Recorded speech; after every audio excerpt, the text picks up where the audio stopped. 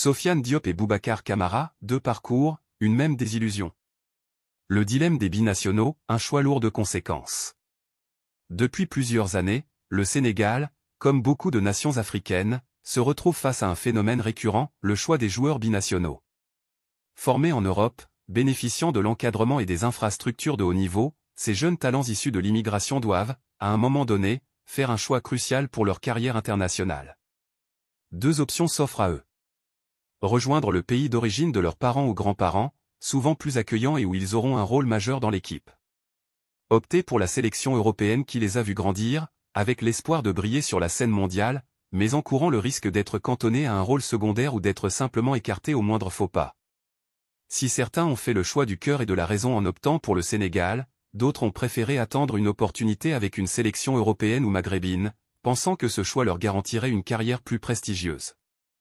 Mais l'histoire nous a montré à plusieurs reprises que ce pari est souvent perdant. Parmi les joueurs qui incarnent aujourd'hui ce dilemme et ses conséquences, Sofiane Diop et Boubacar Kamara sont deux exemples parfaits. Deux joueurs qui auraient pu avoir un avenir radieux avec les Lions de la Teranga, mais qui, pour des raisons diverses, ont préféré prendre une autre voie.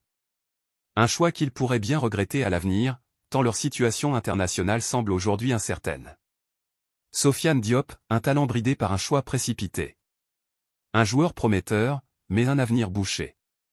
Sofiane Diop est l'un des joueurs les plus talentueux de sa génération.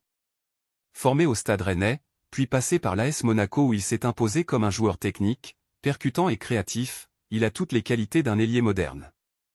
Avec son agilité, sa capacité à éliminer et sa vision du jeu, il aurait pu devenir un atout précieux pour le Sénégal. Mais en 2023, il a fait un choix qui a surpris beaucoup de monde, il a décidé de représenter le Maroc. Alors que le Sénégal lui tendait les bras, il a préféré rejoindre les Lions de l'Atlas, séduits par leur parcours historique en Coupe du Monde 2022, où ils ont atteint les demi-finales. Pourquoi ce choix était une erreur stratégique? Sur le papier, le choix de Sofiane Diop pouvait sembler logique. Le Maroc venait de prouver qu'il pouvait rivaliser avec les plus grandes nations du monde, et son ambition sur la scène internationale était claire. Mais en réalité, ce choix s'est rapidement retourné contre lui. Le Maroc possède un vivier de talents offensifs impressionnants, ce qui complique sa place dans l'équipe. L'arrivée de Brahim Diaz, joueur du Real Madrid, a encore plus réduit ses chances d'être un titulaire. Le Maroc a toujours favorisé les joueurs qui ont des attaches culturelles et linguistiques fortes avec le pays. Sofiane Diop, malgré son talent, n'a pas ce lien identitaire profond avec le Maroc. Aujourd'hui, il se retrouve dans une situation très délicate. Il aurait pu patienter et rejoindre les Lions de la Teranga, où il aurait été un parfait complément à Iliman Ndiaye, dans un secteur offensif qui cherche justement à se renouveler. Mais en ayant opté pour le Maroc trop tôt, il risque maintenant d'être un simple joueur de complément, sans réelle perspective de s'imposer comme un cadre de la sélection. Boubacar Kamara, l'exemple parfait du mauvais calcul. Un talent brut qui avait tout pour briller avec le Sénégal. Boubacar Kamara est un joueur à vocation défensive, capable d'évoluer aussi bien au milieu de terrain qu'en défense centrale. Formé à l'Olympique de Marseille, il a rapidement attiré l'attention des plus grands clubs européens grâce à son intelligence tactique, sa rigueur défensive, sa polyvalence.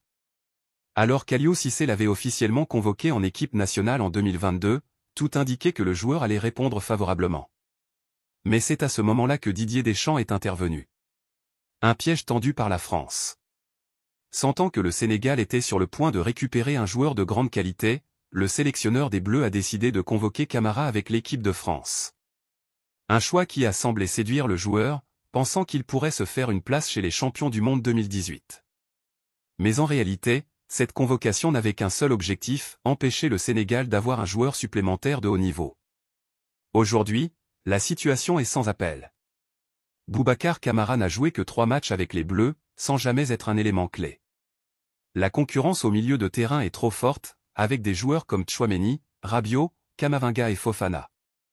Il n'a plus été convoqué depuis longtemps et semble être complètement oublié par Deschamps. S'il avait choisi le Sénégal, il serait aujourd'hui un titulaire incontestable, évoluant aux côtés de joueurs comme Idrissa Gueye, Lamine Camara ou Pape Gueye. Ceux qui ont fait le bon choix ne l'ont jamais regretté. L'histoire récente du Sénégal montre qu'opter pour les Lions de la Teranga est souvent le bon choix. Tous ceux qui ont répondu à l'appel du Sénégal ont vu leur carrière s'épanouir. Edouard Mendy a remporté la CAN et la Ligue des Champions avec Chelsea. Kalidou Koulibaly est devenu une légende défensive et un capitaine respecté. Boulaye Dia, Nampalys Mendy et Pape Gueye ont trouvé une vraie famille en sélection. Ceux qui ont préféré attendre une hypothétique place en Europe ont, au contraire, vu leur carrière internationale se refermer prématurément. Un message fort pour la nouvelle génération. Ces cas doivent servir de leçon aux jeunes binationaux sénégalais qui se poseront la question dans les années à venir. L'équipe de France ou d'autres sélections européennes offrent des promesses, mais la concurrence y est impitoyable, et les joueurs africains sont souvent les premiers à être écartés.